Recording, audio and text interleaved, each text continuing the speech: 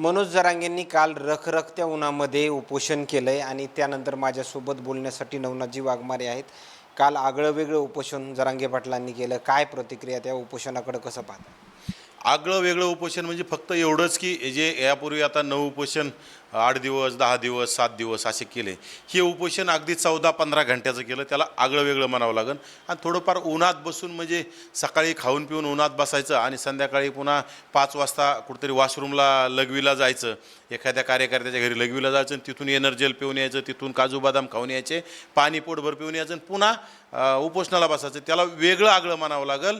आणि त्यांच्या भाषेत ते म्हणले तेव्हा आता शेवटचं उपोषण, प्रत्येक वेळी शेवटचं उपोषण, आर्यापारचं उपोषण. मग आता आर्यापारचं उपोषण सकाळी त्या सरकारचे प्रतिनिधी येतात, आमदार आणि मंत्री, ते सगळं मसुदा घेऊन येतात. तो मसुदा सकाळी त्यांना पसंत येत नाही, तो मसुदा त्यांनी नाकारतो आणि संध्याकाळी तोच मसुदा संध्याकाळी 1:30 वाजता म्हणजे 14-15 घंट्यांनी असं काय चमत्कार घडतो. आणि मधल्या काळात त्यांचे फोनसुद्धा झालेले आहेत, तुम्ही या. मग त्या काळात लोकांनी देखत समजा बाजार पडल्या मंत्र्यांना फोनवर बोलायचं आणि त्याच्यामध्ये काय ठरलं आहे. मंत्री आल्याच्या नंतर अगदी त्या सरपंच तारकच्या घरी जाऊन 1-1 तास का बसतात, तिथं काय ठरलं जातं, तिथं काय डील ठरल्या जाते, ही मराठा समाजाला सुद्धा मराठा समाजापर्यंत गेलं पाहिजे. मराठा समाजाने सुद्धा याचा प्रश्न विचारणं गरजेचं आहे. कारण की हा विषय खूप मोठा आहे आणि उपोषण हे फक्त राज्य सरकार आणि जरांगेमध्ये चाललेला कुठंतरी लपंडाव आहे. हे मराठा समाजाला वेड्यात काढण्याचं काम सुरू आहे आणि गोरगरीब मराठ्यांना याच्यातून काही मिळालेलं नाही. फक्त निजामी आणि प्रस्थापित मराठ्यांना याच्यामध्ये कुठंतरी जे आता ते सुद्धा जे कुणबी प्रमाणपत्र आहेत ते तत्कालीन मुख्यमंत्री एकनाथ शिंदेच्या काळात बोगस नोंदीमार्फत जे वाटप केले, एकनाथ शिंदेच्या आदेशाने, एकनाथ शिंदेच्या दबावपोटी प्रशासनाने वाटप केले, त्याच्यावर हे लोक कुठेतरी नोंदी दाखवत आहे आणि जरांगेचं त्याच्यामध्ये काही नाही आणि ते येणाऱ्या काळात टिकणारही नाहीत. बोगस नोंदीचे प्रमाणपत्र कुठेही टिकत नसेल. आज तुम्ही जात पडताळणी समितीला दबाव टाकण्यासाठी हे कुठेतरी आंदोलन करणं सुरू होतं. कारण हे कुठेतरी कुणबी प्रमाणपत्र बोगस आहेत आणि हे टिकत नाहीत. हे जर उघडं पडल्यानंतर जरांगेच्या तोंडाला काळं लागलं असतं. म्हणून कुठेतरी जात पडताळणीवर प्रेशर करण्यासाठी हे चाललेला खटाटोप आहे. परंतु जात पडताळणी समितीला तुम्ही प्रेशर करताना पण तो न्यायालयाला करू शकणार नाही ना. येणाऱ्या काळात ही न्यायालयात दूध का दूध पाणी का पाणी होणारच आहे. काय तारक यांच्या घरी काय चर्चा झाली असावी असं तुम्हाला वाटतं? हे बघा, बंद दाराआड मंत्र्यांसोबत काय चर्चा होत असतात. तुम्ही प्रत्येक वेळी बंद दाराआड म्हणजे कॅमेऱ्यासमोर म्हणतात, पण बंद दाराआड पाठीमागं सुद्धा प्रसाद लाड आल्याच्यानंतर, सामंत आल्याच्यानंतर मीडियासमोर वेगळं बोलायचं आणि पुन्हा बंद दाराआड जाऊन वेगळं बोलायचं. हे नेमकं चाललं आहे काय? बंद दाराआड होत काय असतं याच्यामध्ये नक्की मोठी डील आहे. आणि जो मंत्री यांच्याकडे येऊन भेटतो, यांच्या बापदाद्याला 2.5 एकर जमीन होती. 2.5 एकर जमीचा 35,000 कोटीचा धनी झालेला मंत्री, त्या मंत्र्यांनी त्या 35,000 कोटीतून जरांगीला काही दिलंय का? हे जरांगीच्या आसपासच्या लोकांनी, जरांगीच्या कार्यकर्त्यांनी, जरांगीच्या शिलेदारांनी त्याच्यात त्यांना हिस्सा किती मिळतोय याच्याकडे लक्ष दिलं पाहिजे. कारण की 35,000 कोटीचा धनी तिथं येऊन जर सेटलमेंट करून जातो, कारण की सकाळी मसुदा पसंत येत नाही आणि संध्याकाळी दिवसभरांच्या चर्चेनंतर, संध्याकाळी भेटल्याच्या नंतर, तारकच्या घरी 1-1.5 तास गप्पा मारल्याच्या नंतर मसुदा कसा तोच मसुदा आणि सातारा गॅजेट आणि कुठं ओबीसी कुणबी हे मराठा कुणबी मंत्रालय, हा विषय मी 1 दिवससुद्धा देऊ शकत नाही. त्यासाठी 1 महिना मुदत कशी दिली? म्हणजे सकाळी 1 बोलायचं, संध्याकाळी 1 बोलायचं, 12 तासात माणूस बदलतो. याचं उत्तम उदाहरण तुम्ही कालचं पाहिलं आहे. आणि किती नौटंकी हे उपोषण असावे हे तुम्ही काल पाहिलेलं आहे. उपोषण करता किती चाभरा असला पाहिजे हे आजच्या पुन्हा प्रेसमध्ये जाऊन कुठंतरी त्या गॅलेक्सी हॉस्पिटलमध्ये जाऊन वाकडा तिकडा पडून पुन्हा सुरू केलं. ओबीसीचे प्रश्न कोणी बोलले की त्या याच्यावर धनंजय मुंडे असेल. कारण की आता काय म्हणतं, धनंजय मुंडेची नार्को टेस्ट केली पाहिजे. अरे तुला तो अमोल खोने, गरीब मराठ्यांसाठी लढणारं पोरगं, ज्याच्या जीवावर तो मोठा झाला त्यालाच जेलमध्ये तू पाठवलं. तो अमोल खोने बिचारा कपडे काढून उन्हात बसला. खरं तर माझी मीडियाला सुद्धा जाब विचारतो मी. मीडिया हा इलेक्ट्रॉनिक मीडिया असेल, प्रिंट मीडिया असेल, हा लोकशाहीचा 4था स्तंभ आहे. आणि तो जर 4था स्तंभ अगदी 5वी नापास बेवड्याच्या पायथ्याला, तुम्ही बघितलं, तुम्ही ते व्हिडिओ बघा, ते झोपलेलं आहे, त्याचे व्हिडिओ फोटो व्हायरल झाले आहेत, लोक त्या सोशल मीडियावर व्यक्त व्हायला आहेत. कारण की 5वी नापास अक्कल शून्य असणारा माणूस, त्याला कायद्याचं ज्ञान नाही, उठलं की काही म्हणायचं, कुठं सगळे गुन्हे मागं घ्या. अरे सगळे गुन्हे मागं घेत येत नसतात. कायदा आहे, न्यायालय आहे, सगळ्या प्रक्रिया आहेत. गंभीर स्वरूपाचे गुन्हे याचा बाप जरी मुख्यमंत्री केला जरांगेचा तरी वापस घेऊ शकत नाही. जरांगेला PM जरी केलं, राष्ट्रपती केलं तरी ते गंभीर स्वरूपाचे गुन्हे वापस होत नसतात. परंतु समाजाला किती वेड्यात काढायचं. परंतु मीडियाची मला खंत वाटते. मीडियाचे बूम त्या अक्षरशः त्याच्या पायापाशी लोळतात. तुम्ही खरं तर ह्या वरिष्ठ पत्रकारितेनं खालच्या लोकांना ह्याचा जाब विचारला पाहिजे, हे चाललंय काय. तुम्ही चौथा स्तंभ जर इतका कोणाचा तरी गुलाम होत असेल तर या देशाचं वाटोळं झाल्याशिवाय राहणार नाही. ह्या देशाला एक दिवस नक्कीच कुठंतरी वाईट परिस्थिती आल्याशिवाय राहणार नाही. त्यामुळं चौथ्या स्तंभासारखं काम करावं, लोकांना न्याय देण्याचं काम करावं आणि अशा 5वी नापास लोकांच्या पायथ्याला पडून राहू नये अशी माझी कळकळीची विनंती आहे. कालच्या उपोषणादरम्यान खरं तर मराठा समाजाला काय मिळालं आणि ओबीसीचं काय नुकसान झालं असं वाटतं? हे बघा, कालचं उपोषण, यापूर्वीचे 9 उपोषण, याच्यातून मराठा समाजाला काहीच मिळालेलं नाही. गरीब मराठ्यांना काही मिळालं नाही, मिळणारही नाही. ज्यांना मिळालं ते निजामी प्रस्थापित मराठे आहेत. त्यांना राजकारणात सरपंच, पंचायत समिती मेंबर, जिल्हा परिषद मेंबर, नगरसेवक, नगराध्यक्ष, महापौर, जिल्हा परिषद अध्यक्ष ह्या आरक्षणासाठी घुसखोरी करण्यासाठी ह्या लोकांनी जरांगेला सुपारी दिलेली आणि ती सुपारी वाजवण्याचं काम जरांगे करतोय. त्यांचा आदेश आल्याच्या नंतर उपोषण करण्याचं काम करतोय. आणि राहिलं सायलं त्याला सरकार अस्थिर करण्यासाठी राज्यामध्ये मोठ्या खटाटोप सुरू आहे. राज्यात मुख्यमंत्री कुणाला तरी खुर्चीहून काढायचं आणि कुणाला तरी खुर्चीवर, मुख्यमंत्री पदाच्या खुर्चीवर बसायचं आहे, याच्यासाठी मोठा खटाटोप सुरू आहे. आणि ते तुम्हाला नक्कीच चांगल्या प्रकारे माहिती आहे कोणाला करायचं आहे आणि कुणाला नाही करायचं आहे. कारण की एका मायक्रो जातीतला मुख्यमंत्री सत्तेवर असला की ह्या लोकांच्या पोटात दुखतं. म्हणून ह्या सरकारमधलाच एक गट सातत्यानं, सरकारमधल्या गटाचा प्रमुख सातत्याने त्यांचे मंत्री पाठवून जरांगेला आंदोलन करायला लावतात. जरांगेला रसद देऊन तुम्हाला याच्यामध्ये वेळोवेळी सिद्ध झालं की ते मंत्री येऊन गेल्याच्या नंतर जरांगे 3ऱ्या दिवशी, 4थ्या दिवशी आंदोलनाची, उपोषणाची घोषणा करतो आणि त्याप्रमाणे त्यांनी सांगितलं त्यांच्या स्क्रिप्ट वाजवण्याचं काम करतो.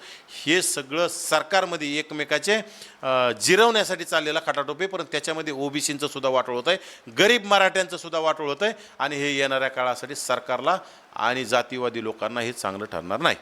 जरांगे पाटलांचं कोणतं जरी उपोषण असलं की धनंजय मुंडे असतील, छगन भुजबळ असतील, देवेंद्र फडणवीस सातत्यानं निशाण्यावरती असतात. हे बघा, जरांगेला मग तेच ना, या लोकांना जे ओबीसींचे प्रश्न बोलणारे लोक, छगन भुजबळ साहेब असतील, धनंजय मुंडे साहेब असतील, विजय वडेट्टीवार साहेब असतील, यांच्यावर भुंकल्याशिवाय जरांगेला भाव काय. जरांगेला ते भुंकायचेच पैसे दिलेले आहेत ना, बाकी काय असतं. जरांगे आता खरं तर रात्री खूप मोठी डील झालेली माझ्या माहितीच तो असं मला माहिती कळते. हे त्यांच्या लोकांनी ते शोधलं पाहिजे. त्यांच्या लोकांनी खोलात जाऊन त्यांच्या सहकार्याने त्यांना किती वाटा भेटतोय हे ते शोधलं पाहिजे.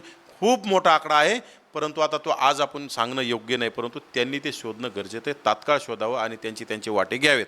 नाहीतर एकट्याचंच घर भरणं किंवा त्यांचे जवळचे जे 2-4 कोल्हे कुत्रे आहेत यांचेच घरं भरवणं आता बंद झालं पाहिजे. कारण की आणि गरीब मराठ्यांनी आता समजून घ्यावं की जे ते फक्त आंदोलन त्या कोल्या कुत्र्यांसाठी चालले, जरांगेसाठी चाललेले, बाकी काही नाही. जो माणूस एक दिवसात 14-15 तासात उपोषण सोडतोय याला मराठा समाजाचं काही पडलेलं नाही. फक्त माझे गरीब मराठ्यांचे लेकरं म्हणायचं आणि काम निजामी मराठ्यांसाठी करायचं. गरीब मराठ्यांचे लेकरं म्हणायचे, काम प्रस्थापित मराठ्यांसाठी करायचं. आमदार, खासदार, मंत्री आणि जे स्थानिक स्वराज्य संस्थेमध्ये ज्यांना जायचे त्यांच्या आंदोलनावर, त्यांच्या रसिदीवर हे चाललेलं, त्यांच्यासाठी, त्यांच्याकडून काहीतरी मिळवण्यासाठी, वारंवार मिळतं आणि वारंवार मिळवण्यासाठी चाललेला हा खटाटोप आहे. खरं तर काल जरांगे उपोषणाला बसल्याच्या नंतर आम्ही देखील ढेकळात बसून उपोषण करू असं देखील तुम्ही म्हणला होतात, ओबीसीचे नेते. मात्र आता भूमिका तुमची काय असणार?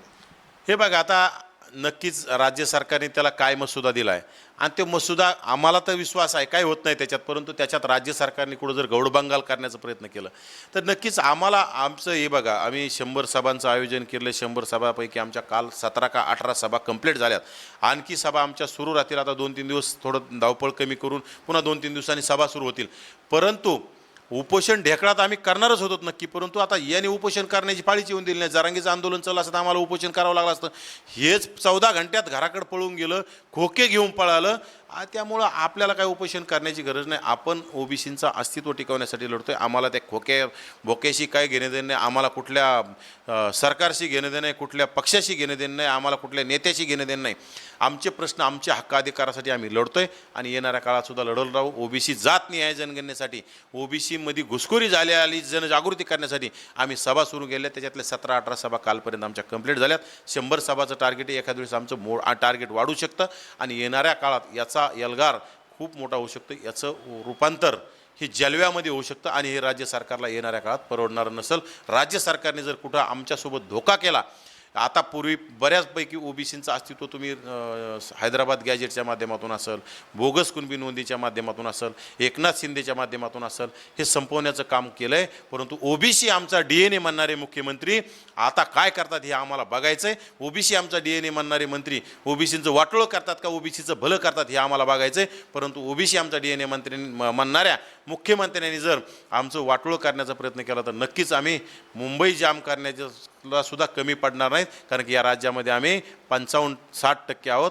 1931च्या जनगणनेनुसार 52% आहोत. 12% मराठा समाज मुंबई घाण करू शकतो. आम्ही लोकशाही मार्गाने, स्वच्छतेच्या मार्गाने मुंबई जाम करू. आम्ही घाण करणार नाहीत, आम्ही मुंबई जाम करून दाखवू. आणि 12% मराठा समाज ह्या जरांगीच्या 5वी नापास माणसाच्या आदेशाने मुंबईत जातो. मुंबई घाण काय करतो आणि ते घाणीचं टेंडर साफ करण्यासाठी 5 कोटीचं टेंडर निघतं. तेच टेंडर पुन्हा त्याच्याच कार्यकर्त्याला मिळतं आणि ते जरांगीच्या पार्टनरशिपमध्ये होतं. हे सुद्धा आणि खरं तर मुंबई साफ कोणाकडून करून घेतली? त्या गरीब मराठ्यांकडे जे गेले त्यांच्याकडूनच मुंबई साफ करून घेतली. आणि टेंडर साफसफाईचं टेंडर सफाई न करता 5 कोटी उचलण्याचं काम त्याच्यामध्ये सुद्धा झाले. ते सुद्धा गरीब मराठ्यांच्या लोकलेकरांनी याचा अभ्यास केला पाहिजे.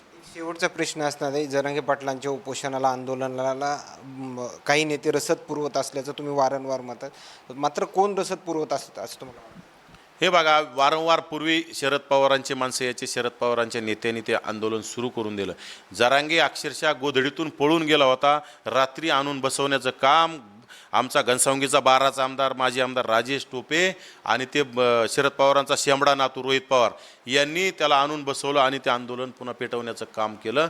आणि दुसऱ्या दिवशी मग तत्कालीन मुख्यमंत्री उद्धव ठाकरे असतील, शरद पवार असतील, हे लोक आल्यामुळं आंदोलन, बच्चू कडू असतील, हे लोक तिथं आल्यामुळं आंदोलन उभं राहिलं आणि आंदोलन पेटलं. आणि हा बेवडा चिल्लर माणूस हा मोठा माणूस करून टाकण्याचं काम यांनी केलं. यांच्या रसदीवर यांनी सगळं ताकद निर्माण केली. राज्य सरकार अस्थिर करण्यासाठी ह्या लोकांनी केलं होतं.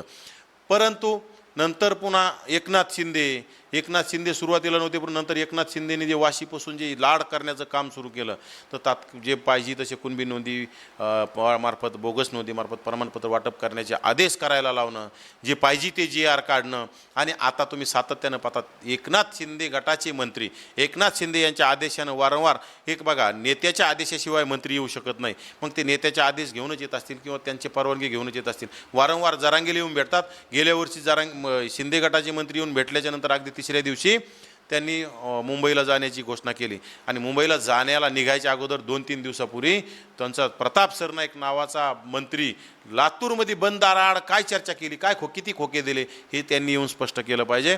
आतासुद्धा एकनाथ शिंदे गटाचा मंत्री तिथे येऊन जरांगेसोबत येऊन भेटतो आणि त्याच्यानंतर जरांगे अगदी 10-12-15 दिवसात 16 तारखेला लगेच पत्रकार परिषदेची घोषणा केली. 16 तारखेला पत्रकार परिषद घेतली. आणि आता ऐतिहासिक म्हणजे सगळ्यात भंपक उपोषण 14-15 घंट्याचं, सकाळी खाऊन दुपारा लगवील जाऊन खाऊन आणि संध्याकाळी पुन्हा सेटलमेंट करून केलेलं हे उपोषण, सगळ्यात ऐतिहासिक भंपक उपोषण हे जरांगेंनी काल दाखवून दिलेलं आहे. ओके, धन्यवाद. हे होते ओबीसीचे नेते नवनाथजी वाघमारे.